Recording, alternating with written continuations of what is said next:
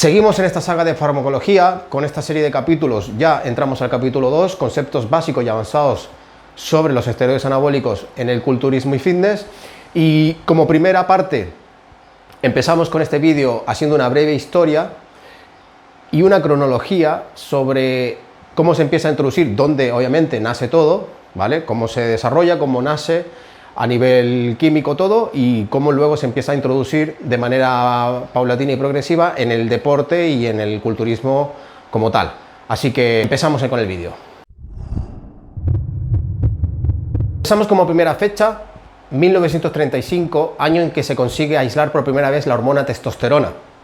Esto lo consigue un químico holandés que trabajaba para la farmacéutica Organon, el famoso Organon que luego desarrolla el Sustanon 250.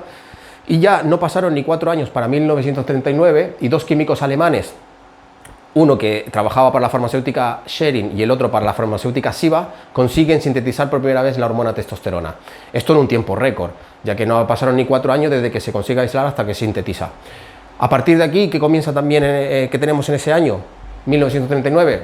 El comienzo de la Segunda Guerra Mundial. Dato importante, ya que se dice que se le administraba a los soldados de la Alemania nazi testosterona pues para un impulso en el campo de batalla, pero también por las investigaciones que a posteriori continúan con la testosterona, una de ellas que realiza el médico doctor Charles Kochakian, que revela que la testosterona también consigue aumentar el balance de nitrógeno positivo en el cuerpo, es decir, que ayuda al desarrollo de nuevas proteínas, de nuevos tejidos. Por lo tanto, es la primera vez que se descubre que la testosterona posee una potencia anabólica en el cuerpo, de recuperación de tejidos, ¿no? Nuevo desarrollo de proteínas. Por lo tanto, toma una nueva relevancia esta hormona, ya que no solamente, como ya se sabía, que poseía proporciones de aumento y rendimiento en varios ámbitos como vitalidad, energía, etcétera, sino que además ayudaba a la recuperación, sobre todo en ese entonces de la guerra, de recuperación de herida de los soldados y demás. Por lo tanto, sí que se usaba ya en la Segunda Guerra Mundial a los soldados. Luego pasamos a la primera publicación que se tiene de esta hormona para 1945 y es el libro The Male Hormone de Paul de Kruif, del autor de Paul de Kruif. De Kruif era un escritor, médico, científico y microbiólogo de aquel entonces, de Estados Unidos, americano, con su obra más grande, que es Cazadores de Microbios, de 1926. En el libro se afirma de que la testosterona ya aumentaba el deseo sexual y también aumentaba el rendimiento atlético, es decir, es la primera revelación que se tiene de que la testosterona ya ayudaba al rendimiento deportivo, ¿no? Al rendimiento de los atletas. Por lo tanto, para aquella década, en el auge que se tenía, sobre todo de la era plateada, ¿no? La de la Silver Era del culturismo, se hicieron eco de esta información y se sabe que también ya se experimentaba con esta hormona, ¿no? Aunque no está documentado, pero ahora veréis cómo en la cronología de las fechas tiene sentido y de los personajes en cuestión que empiezan a entrar. Porque ya para finales de la década de los 40 y inicios de los 50, el equipo soviético de levantamiento de halterofilia estaba ya rompiendo, pulverizando todos los récords existentes y ganando todas las competiciones. Por lo tanto, esto sí que está documentado, que es la primera introducción de la química en el deporte, con los levantadores olímpicos, los levantadores de halterofilia del bloque soviético, tanto rusos como búlgaros. Aquí es donde entra en escena el famoso doctor John Ziegler. John Ziegler se le considera el creador del famoso Dianabol, que pues lo mete en Estados Unidos, cosa que es totalmente falsa. Él no era un químico, por lo tanto, si vemos la patente del Dianabol que lo desarrolla la farmacéutica Siba en Alemania, John Ziegler no sale por ningún lado. Lo que sí él es que tenía acceso a este laboratorio con sede en Nueva Jersey. John Ziegler era americano, era un médico y tenía acceso, y se le pidió por parte de la farmacéutica Siba que pues le diera salida a este fármaco que no se desarrolla hasta 1960 y ni es el primero tampoco, como muchas veces se puede leer por ahí. En realidad John Ziegler no era más que un asiduo del gimnasio George Barber Club, ¿vale?, de Nueva Jersey, y, como médico y como pues levantador y asistente asiduo a este gimnasio, Bob Hoffman decide reclutarlo para su equipo de levantamiento americano de halterofilia y poder competir contra los soviéticos que estaban ganando todas las competiciones. Tenían una duda y tenían la sospecha de que algo había ahí detrás, y según la historia oficial se dice que John Ziegler viaja a Viena con el equipo olímpico americano a las Olimpiadas de Viena de 1954, y se dice que entre conversaciones y demás con un preparador soviético le revela que están usando la testosterona. Esto obviamente no se puede creer ni concuerda, porque primero que nada ya eran una rivalidad tremenda los soviéticos con los americanos, estamos en la Guerra Fría, tenían una rivalidad sobre todo deportiva inmensa, y obviamente pues nadie va a revelar su secreto al contrincante, ¿verdad? Por lo que yo lo que sí creo es que John Ziegler, al tener acceso a los laboratorios SIVA, recordar que los laboratorios SIVA fue el primer laboratorio en sintetizar la testosterona en 1939, por lo tanto tenía acceso a esta información, tenía a lo mejor acceso también a la sustancia y experimentó con algunos levantadores y deportistas, sobre todo del Jock Barbell Club de Estados Unidos. Lo que sí creo es que lo tenía muy complicado, ya que una cosa era que estaba sintetizada y otra cosa es que estuviera disponible para poder administrarse. No hay datos de que estuviese comercializada, nada se comercializaba hasta adentrados los años 50, por lo tanto creo que era complicado para él, pero sí que pudo obtener quizás algunos viales y algunas muestras por ahí para poder experimentarlo, pero no para poder desarrollarlo masivamente, como sí ya lo hacían los soviéticos. Recordar que la Unión Soviética es la que gana la Segunda Guerra Mundial, derroca al ejército nazi alemán, y cuando sucede esto en toda guerra se expropia absolutamente todo del adversario.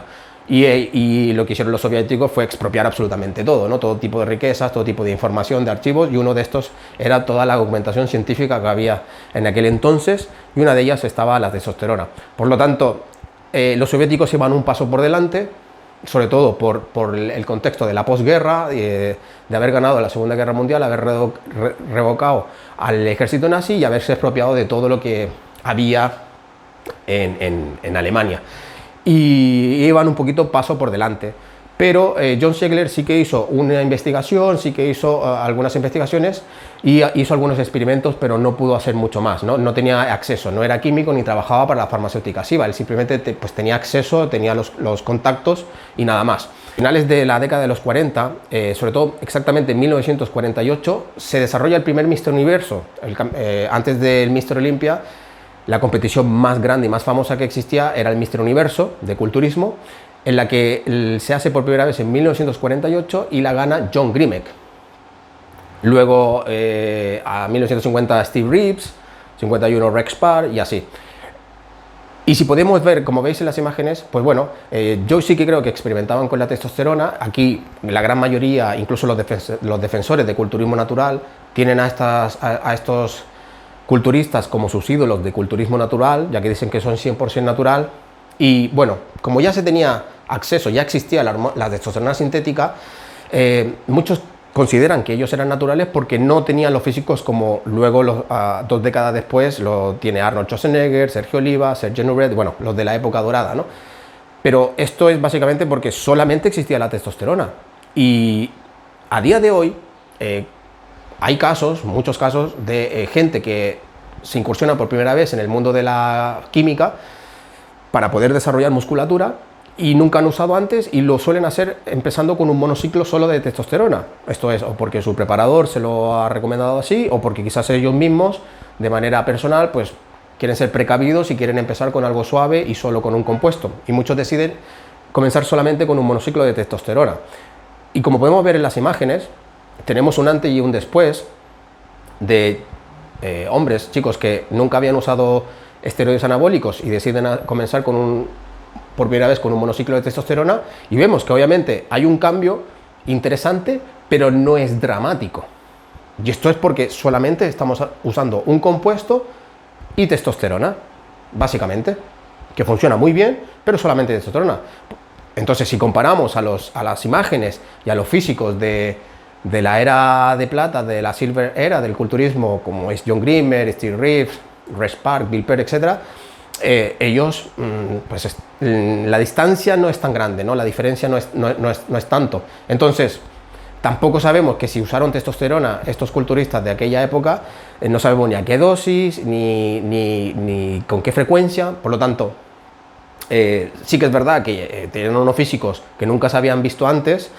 Recordar que el culturismo se divide en 3 fases primeras, que es la era del bronce, ¿vale? Con Adrian Sandon, Charles Atlas, etcétera, de finales del siglo XIX, 1890 y algo, hasta justamente, curiosamente, 1939, que es el año en que se consigue sintetizar la testosterona.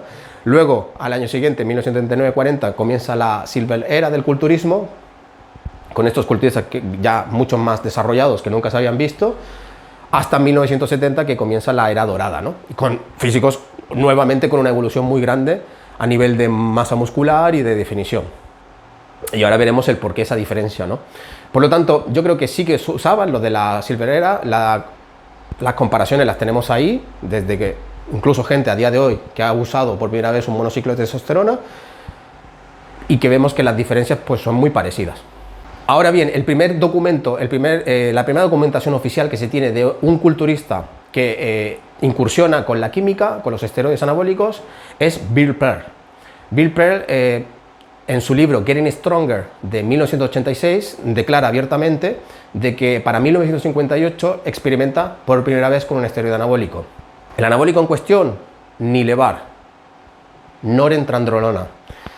La norentrandrolona se desarrolla en 1953 y se descubre y se desarrolla con otro propósito totalmente diferente. De hecho, ni siquiera es a base por medio de la testosterona, sino que es por medio de la progesterona.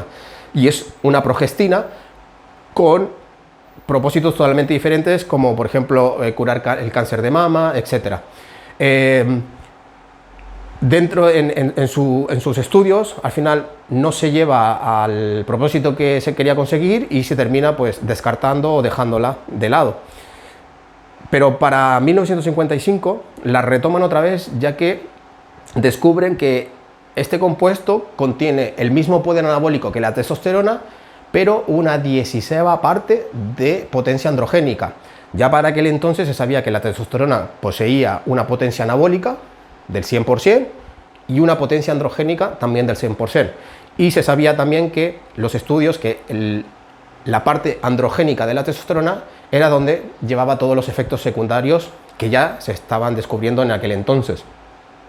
Por lo tanto, esta farmacéutica, al descubrir que este compuesto derivado de la progestina poseía una potencia anabólica tan alta como la testosterona, pero esa potencia androgénica tan baja, pues retoman otra vez los estudios y ya para 1956 la comercializan con el nombre de Nilevar. Y este es el primer esteroide anabólico con una separación favorable entre anabólico y androgénico que se lanza al mercado. Y lo realiza la farmacéutica americana Serli. Para aquel entonces, Bill Pearl estaba haciendo sus investigaciones, estaba intentando leer y conocer y aprender sobre qué eran estos compuestos, y da con este, que ya llevaba 2 años en el mercado, y decide probar con él. Esto para 1958. Bien, pues para la década de los 60, las grandes farmacéuticas ya habían desarrollado literalmente miles y miles de compuestos anabólicos. La gran mayoría de ellos no se comercializan, básicamente o por ser demasiado tóxico o porque ya no era mejor a algo que ya existía, ¿verdad? Por lo tanto, se llegan a desarrollar más de 18.000, según se tiene estimado, más de 18.000 compuestos, absoluta barbaridad. Y todos estos, para 1969, los cataloga y los mete todo en un libro, un autor llamado Julius Vida, y el libro en cuestión se llama Agentes androgénicos y anabólicos, química y farmacología. Pues este libro obviamente se transforma en la Biblia luego a posteriori para grandes autores que veremos ahora, y también para nuevos desarrolladores, sobre todo en la década de los 2000, como por ejemplo Patrick Arnold, que desarrollan compuestos considerados prohormonas.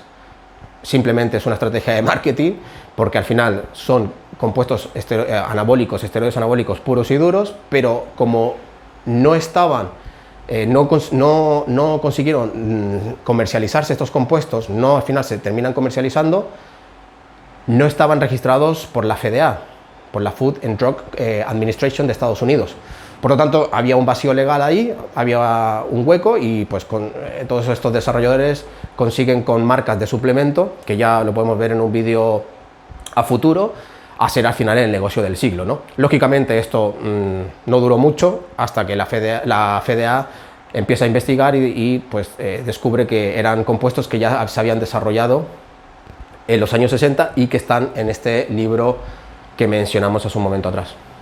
A partir de ahí entramos en la década de los 70 con la era dorada del culturismo, con Arnold Schwarzenegger como primera cabeza de imagen, y aquí obviamente ya empieza el fisicoculturismo que conocemos a día de hoy, ¿no? Físicos ya de más de 100 kilos, una masa muscular totalmente extraordinaria y definiciones también extraordinarias. Y aunque aquí la gran mayoría, por no decir casi todos, los culturistas de aquella entonces reconocieron que ellos usaban esteroides a posteriori, obviamente, e incluso mismo Arnold Schwarzenegger en los años 90 reconoce que él usó estas sustancias. Cuando se quiere entrar en el detalle de qué usaban y a cuánto usaban, pues aquí es donde tampoco, bueno, hay una falacia dentro de todo esto increíble. Desde decir que solo usaban 2 tabletitas de Dianabol y un poco de Primobolan y poco más, esto no es así. Ya para aquello entonces se usaba, y es porque estaba ya disponible en el mercado todo tipo de sustancias anabólicas diferentes, y ya se mezclaba todo tipo de compuestos. Sí que es verdad que igual no usaban las dosis que se empiezan a usar, sobre todo a partir de la siguiente década de los años 80, en la que ya se empieza a cargar las tintas, como se suele decir, pero sí que usaban todo tipo de compuestos. Ni tampoco a las dosis que ellos decían, ¿no? Que es 10 miligramitos y poco más. No, ya se usaban unas dosis más altas y se empezaron a mezclar algunos otros compuestos. No había un abuso, no eran abusers, de hecho hacían muchos descansos. Ahí es cuando en realidad en los años 70 comienza el apilamiento de los compuestos y los famosos ciclos, de ahí nacen, ¿no? De la década de los 70.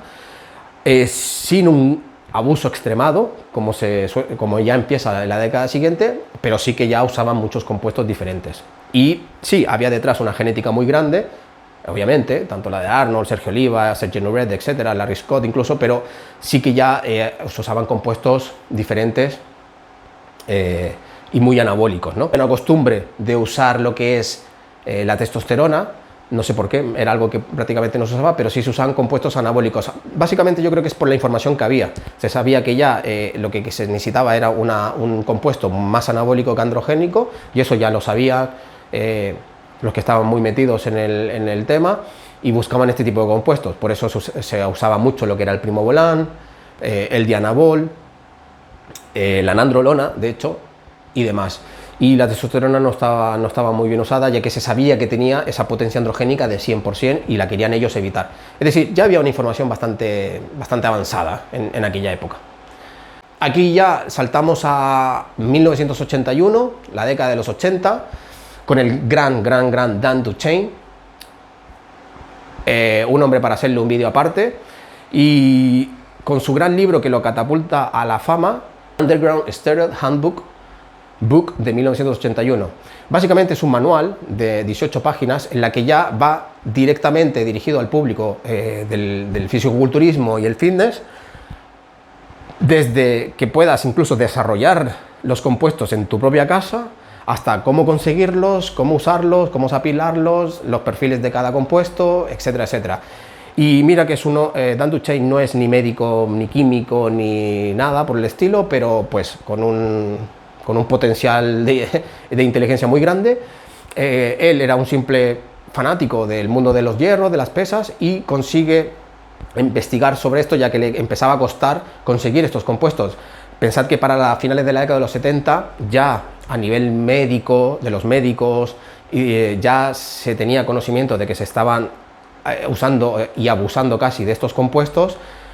Por lo tanto, empezó ya el límite, se empezaron a poner frenos por parte de la comunidad médica, porque se estaba ya sabiendo que cada vez venían a la consulta más culturistas a pedir pues estas sustancias, ¿no? Por lo tanto ya no era tan fácil, ya no se podía conseguir simplemente con ir a un médico, ¿no? O pues tenías que contar una historia cada vez más elaborada y demás.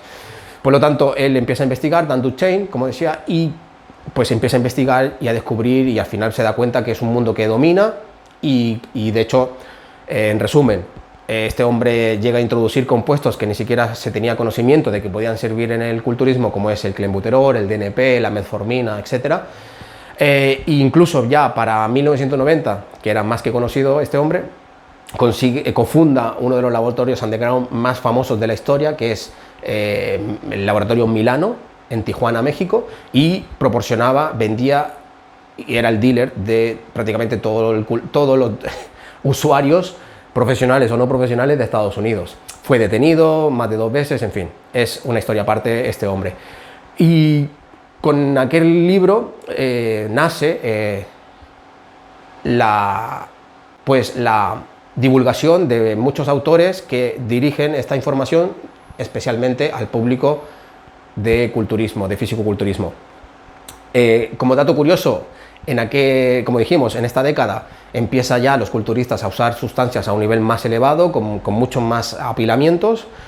Y como dato curioso, en este mismo año, el Mr. Olympia que se desarrolla en 1981, en el que gana Franco Columbo, es el primer Mr. Olympia competidor que gana un Mr. Olympia y que se le ve con un side effects, es decir, un efecto secundario del uso de esteroides anabólicos, que es la ginecomastia, como podéis estar viendo en las imágenes, como dato curioso.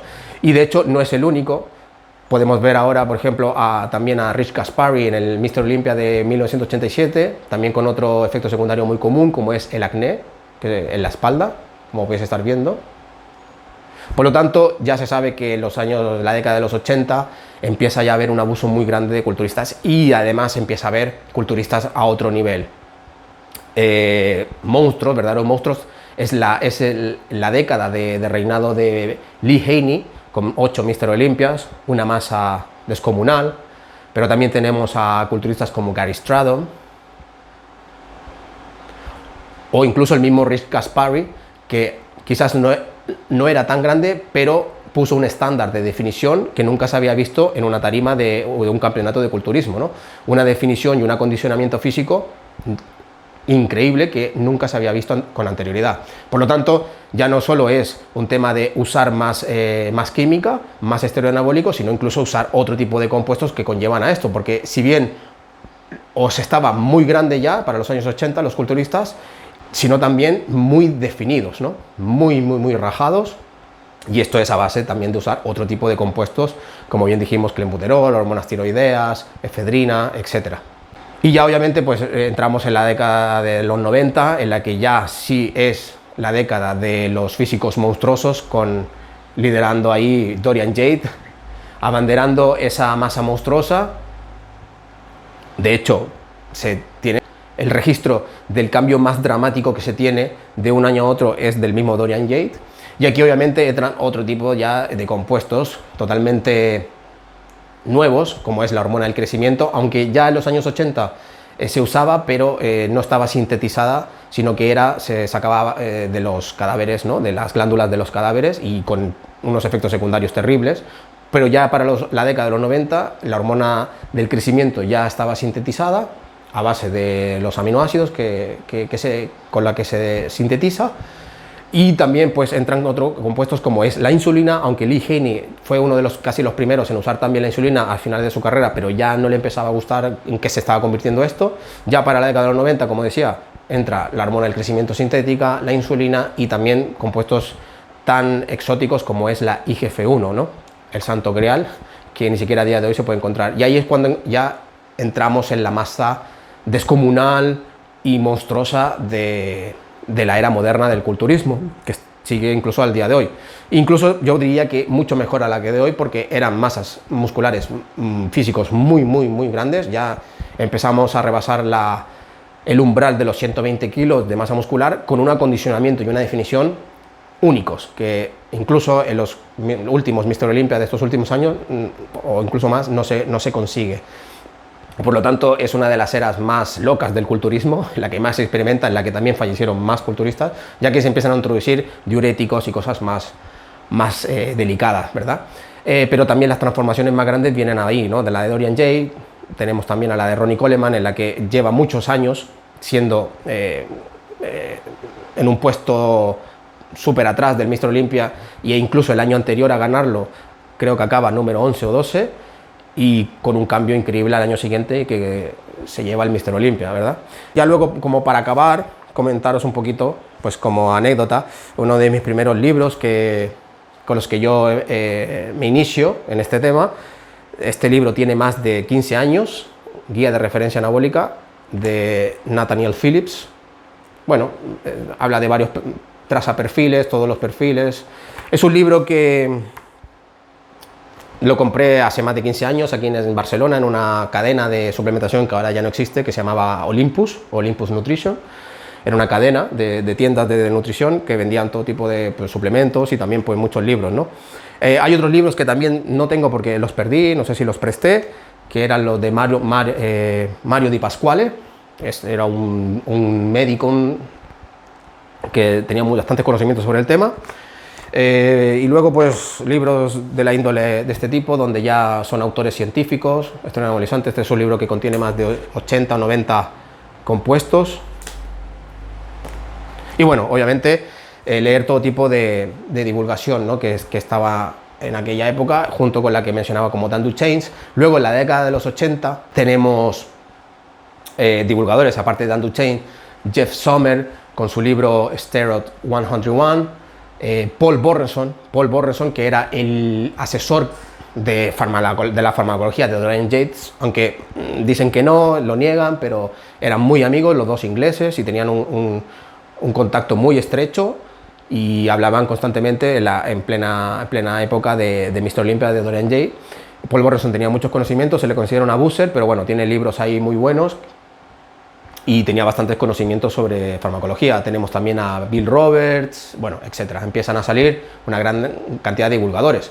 Comentar también que para la década de los 80 tenemos el famoso caso de la primera detección de doping por parte de un atleta olímpico, que es Ben Johnson, ¿no? Este velocista en las Olimpiadas de Atlanta de 1988. Es el primer caso de un control doping en el que se detecta a un atleta dando positivo. Por lo tanto, ya se ve de la mano que en la década de los 80 la cosa estaba muy seria ya, con el uso de la farmacología, de los esteroides anabólicos, estaba ya muy seria y ya se estaban implantando controles de todo tipo, y el más famoso y mediático es el caso de Ben Johnson en las Olimpiadas de Atlanta de 1988. Pero bueno, ya todo el deporte, todo el atletismo ya se introducía con los esteroides anabólicos, todos los deportes usaban, absolutamente todos. Recordar que los primeros fueron los levantadores olímpicos soviéticos, luego obviamente el culturismo, porque ayudaba en esa doble propósito de fuerza, rendimiento y aspecto muscular. Pero obviamente luego absolutamente todos los deportes se introducen en el mundo de los esteroides anabólicos.